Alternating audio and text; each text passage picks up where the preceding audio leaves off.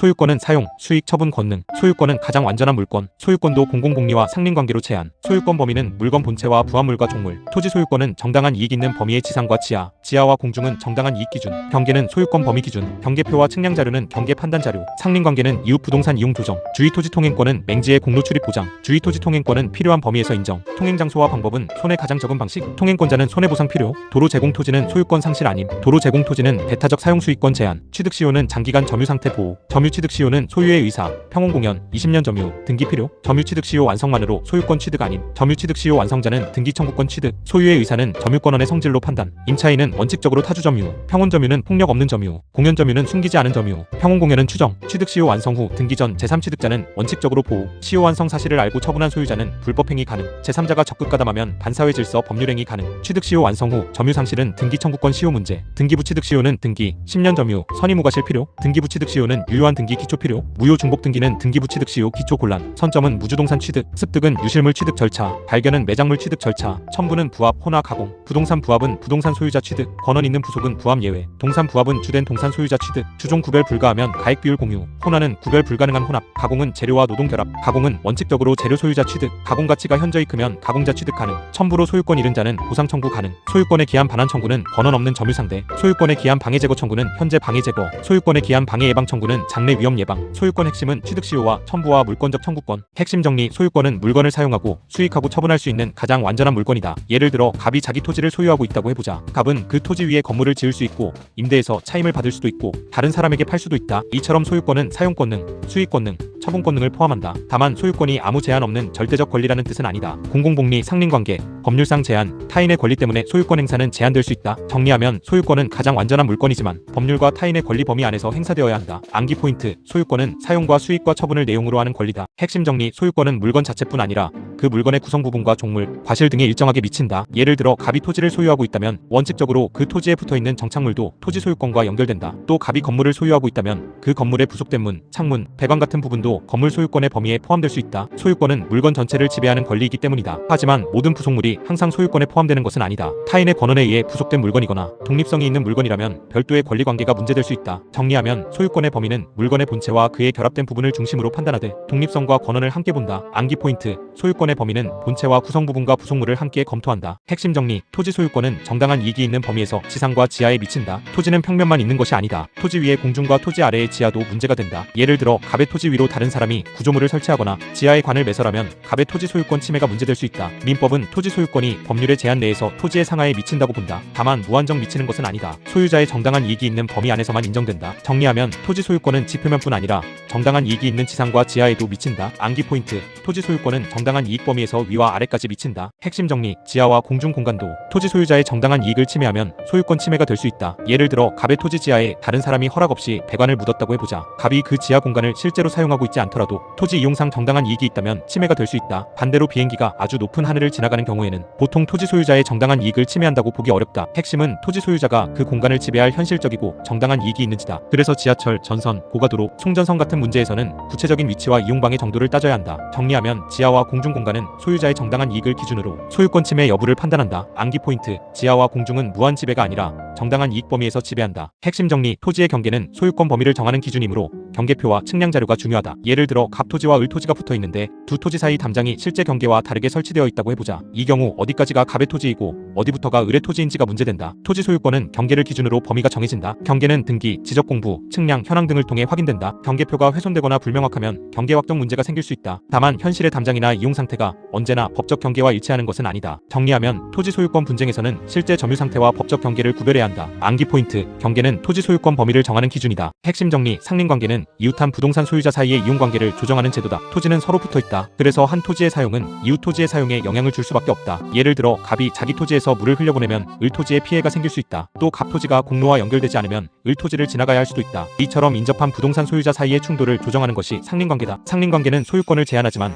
동시에 각 토지의 합리적 이용을 보장한다. 정리하면 상린관계는 이웃 토지 사이의 충돌을 조정하기 위해 소유권을 일정하게 제한하는 제도다. 암기 포인트: 상린관계는 이웃한 부동산의 이용 조정이다. 핵심 정리: 주위토지 통행권은 공로로 나갈 수 없는 토지 소유자가 주변 토지를 통행할 수 있는 권리다. 예를 들어 갑의 토지가 다른 토지들에 둘러싸여 도로로 나갈 수 없다고 해보자. 이런 토지를 맹지라고 한다. 갑이 자기 토지를 전혀 이용할 수 없다면 소유권이 사실상 무의미해진다. 그래서 민법은 일정한 요건 아래 주변 토지를 통행할 수 있는 권리를 인정한다. 이것이 주위토지 통행권이다. 다만 갑이 원하는 길을 마음대로 고를 수 있는 것은 아니다. 통행으로 인한 주변 토지 소유자의 손해가 가장 적은 장소와 방법을 선택해야 한다. 정리하면 주위토지 통행권은 맹지 소유자의 이용을 보장하면서 주변 토지의 손해를 최소화하는 제도다. 암기 포인트: 주위토지 통행권은 맹지의 공로 출입을 위해 인정된다. 핵심 정리: 주위토지 통행권은 토지와 공로 사이에 필요한 통로가 없거나 과다한 비용 없이는 통로를 만들 수 없는 경우에 문제된다. 예를 들어 갑토지에서 공로로 나가는 길이 전혀 없다고 해보자. 이 경우 갑은 주위토지 통행권을 주장할 수 있다. 또 길이 있기는 하지만 너무 좁거나 사실상 이용이 불가능하거나 과다한 비용을 들이지 않으면 통행로를 만들 수 없는 경우도 문제가 된다. 하지만 단순히 더 편한 길이 필요하다는 이유만으로는 부족하다. 주위토지 통행권은 이웃 토지의 소유권을 제한하는 권리이기 때문이다. 따라서 토지 이용에 필요한 정도의 통행 필요성이 있어야 한다. 정리하면 주위토지 통행권은 편리함이 아니라 토지 이용에 필요한 통행 가능성을 확보하기 위한 권리다. 암기 포인트: 주위토지 통행권은 공로 출입이 없거나 현저히 곤란할 때 인정된다. 핵심 정리: 주위토지 통행권의 장소와 방법은 통행권자에게 필요한 범위 안에서 상대방 손해가 가장 적은 방식으로 정해야 한다. 예를 들어 갑의 토지가 맹지이고 을 토지와 병 토지를 지나 공로로 나갈 수 있다고 해보자. 갑이 더 넓고 편한 길을 원한다고 해서 반드시 그 길을 선택할 수 있는 것은 아니다. 주위토지 통행권은 갑의 필요와 이웃 토지 소유자의 손해를 함께 조정해야 한다. 통행 장소는 통행권자에게 필요한 범위 안에서 정해야 하고 동시에 통행지 소유자에게 가장 손해가 적은 곳이어야 한다. 통행 방법도 마찬가지다. 사람만 통행하면 충분한지 차량 통행까지 필요한지는 토지의 용도와 이용 상황을 기준으로 판단한다. 정리하면 주위토지 통행권은 필요한 만큼만 상대방 손해가 가장 적게 행사해야 한다. 암기 포인트: 통행 장소와 방법은 필요성보다 넓게 인정되지 않고 손해 최소가 기준이다. 핵심 정리: 주위토지 통행권자는 통행지 소유자가 입은 손해를 보상해야 한다. 주위토지 통행권은 맹지 소유자를 보호하는 제도다. 하지만 그 권리를 행사하면 이웃 토지 소유자는 자기 토지의 이용을 제한받는다. 예를 들어 갑이 을 토지를 지나다니면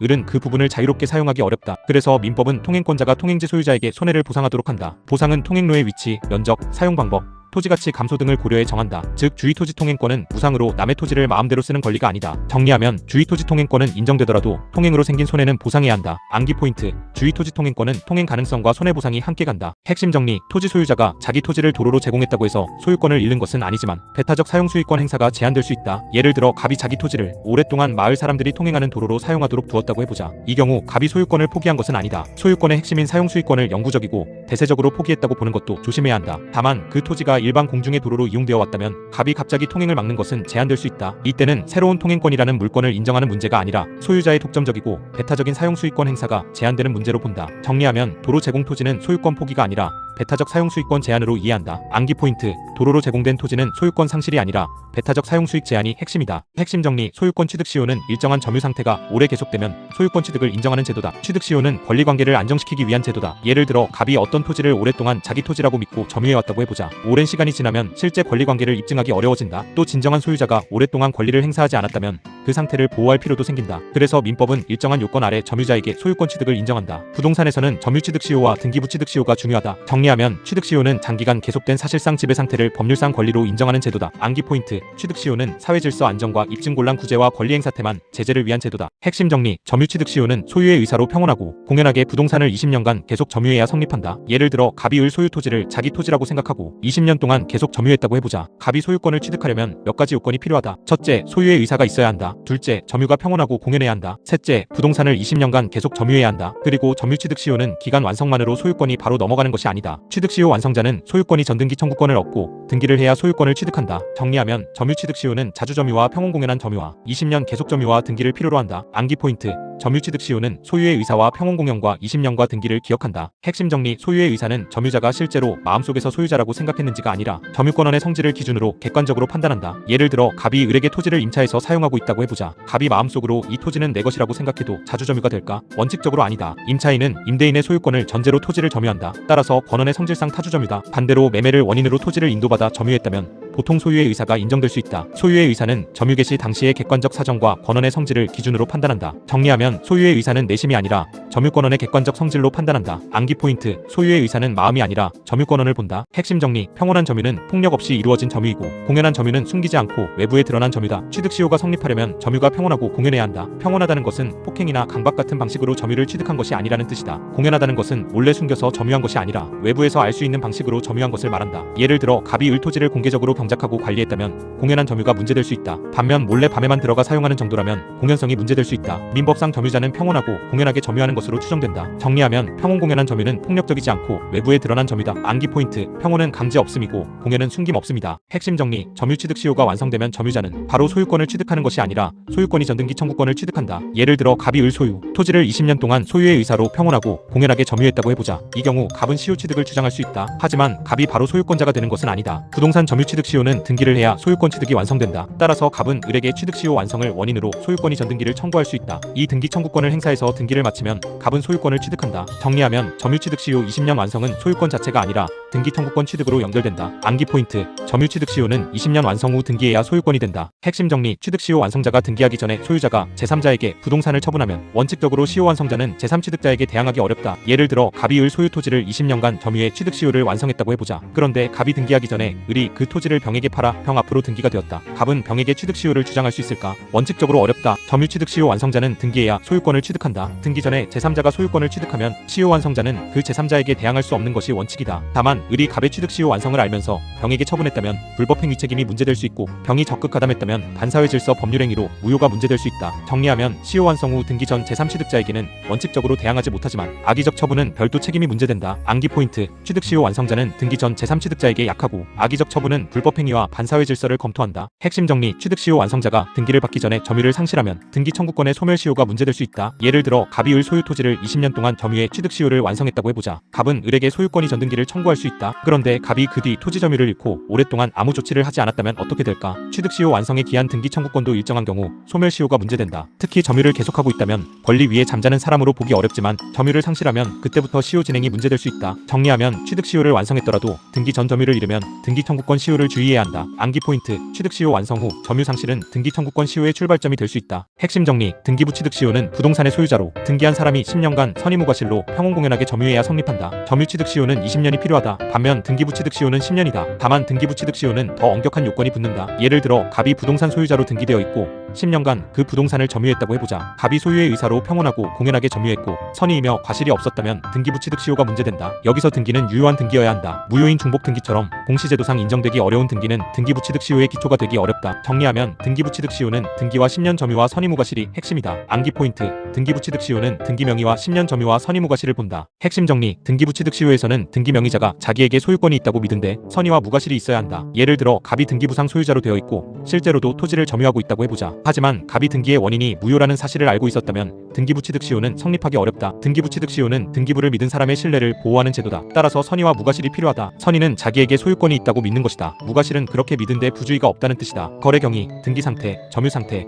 권리관계 확인 가능성 등을 기준으로 판단한다. 정리하면 등기부 취득 시효는 등기와 점유만으로 부족하고 선의 무과실까지 필요하다. 암기 포인트: 등기부 취득 시효는 등기를 믿은데 선의와 무과실이 있어야 한다. 핵심 정리: 무주물은 선점으로, 유실물은 습득 절차로, 매장물은 발견 절차로 소유권 취득이 문제된다. 소유권은 계약이나 상속으로만 취득하는 것이 아니다. 물건의 상태에 따라 원시 취득이 문제될 수 있다. 예를 들어 주인이 없는 동산을 소유의 의사로 점유하면 선점이 문제된다. 누군가 잃어버린 물건을 주운 경우에는 유실물 습득 절차가 문제된다. 땅 속에 묻힌 물건을 발견한 경우에는 매장물 발견이 문제된다. 다만 국가유산처럼 학술적 가치가 큰 물건은 특별히 구류가 될 수 있다. 정리하면 선점과 습득과 발견은 소유자가 불분명하거나 없는 물건에서 소유권 취득을 정리하는 제도다. 암기 포인트: 무주물은 선점, 유실물은 습득, 매장물은 발견을 떠올린다. 핵심 정리: 첨부는 서로 다른 소유자의 물건이나 노력이 결합되어 분리하기 어렵게 된 경우 소유권 귀속을 정하는 제도다. 예를 들어 갑의 재료와 을의 재료가 합쳐져 하나의 물건이 되었다고 해보자. 또는 갑의 재료에 을이 노력을 더해 새로운 물건을 만들었다고 해보자. 이때 각각의 소유권을 원래대로 나누기 어렵다. 그래서 민법은 첨부 제도를 둔다. 첨부에는 부합, 혼화, 가공이 있다. 부합은 물건과 물건이 붙어 하나가 되는 경우다.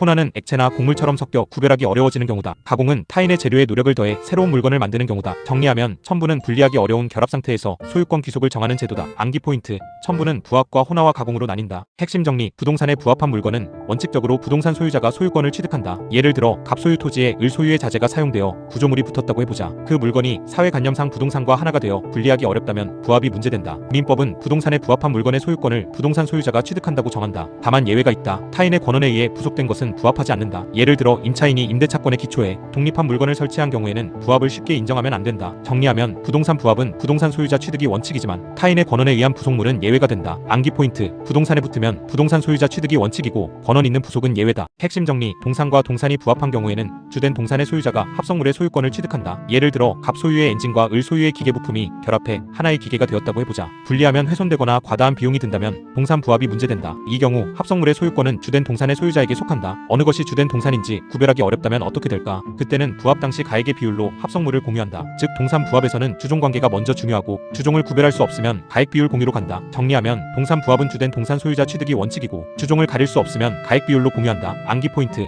동산 부합은 주된 동산을 먼저 찾고 안되면 가액 비율 공유를 본다. 핵심 정리. 혼화는 서로 다른 소유자의 물건이 섞여 구별할 수 없게 된 경우 소유권 귀속을 정하는 제도다. 예를 들어 갑의 쌀과 을의 쌀이 섞여 어느 것이 누구 것인지 구별할 수 없게 되었다고 해보자. 또 갑의 기름과 을의 기름이 섞인 경우도 생각할 수 있다. 이처럼 물건들이 섞여 독립성을 잃는 것이 혼화다. 혼화는 부합과 비슷하게 처리된다. 주된 물건을 정할 수 있으면 주된 물건의 소유자가 소유권을 취득한다. 주종을 구별할 수 없으면 가액의 비율로 공유하게 된다. 정리하면 혼화는 섞여서 구별할 수 없게 된 경우이고 소유권 귀속은 부합의 구조와 비슷하다. 암기 포인트. 혼화는 섞여서 구별 불가능해진 경우다. 핵심 정리. 가공은 타인의 재료에 노력을 더해 새로운 물건을 만든 경우 소유권 귀속을 정하는 제도다. 예를 들어 갑의 나무를 을이 가공해서 가구를 만들었다고 해보자. 이 경우 재료의 소유자인 갑이 가구 소유자가 될까? 아니면 가공한 을이 소유자가 될까? 민법은 원칙적으로 재료 소유자를 보호한다. 그래서 타인의 동산에 가공을 한 경우 그 가공물의 소유권은 원칙적으로 재료 소유자에게 속한다. 하지만 가공으로 인한 가액 증가가 재료 가액보다 현저히 크면 가공자가 소유권을 취득할 수 있다. 결국 재료의 가치와 가공으로 생긴 가치 증가를 비교해야 한다. 정리하면 가공은 재료 소유자 취득이 원칙이지만 가공 가치가 현저히 크면 가공자가 취득할 수 있다. 암기 포인트. 가공은 재료 소유자 원칙이고 가공 가치가 현저히 크면 가공자 취득이다. 핵심 정리. 첨부로 소유권을 잃은 사람은 부당이득 규정에 따라 보상을 청구할 수 있다. 첨부가 인정되면 한쪽은 소유권을 취득하고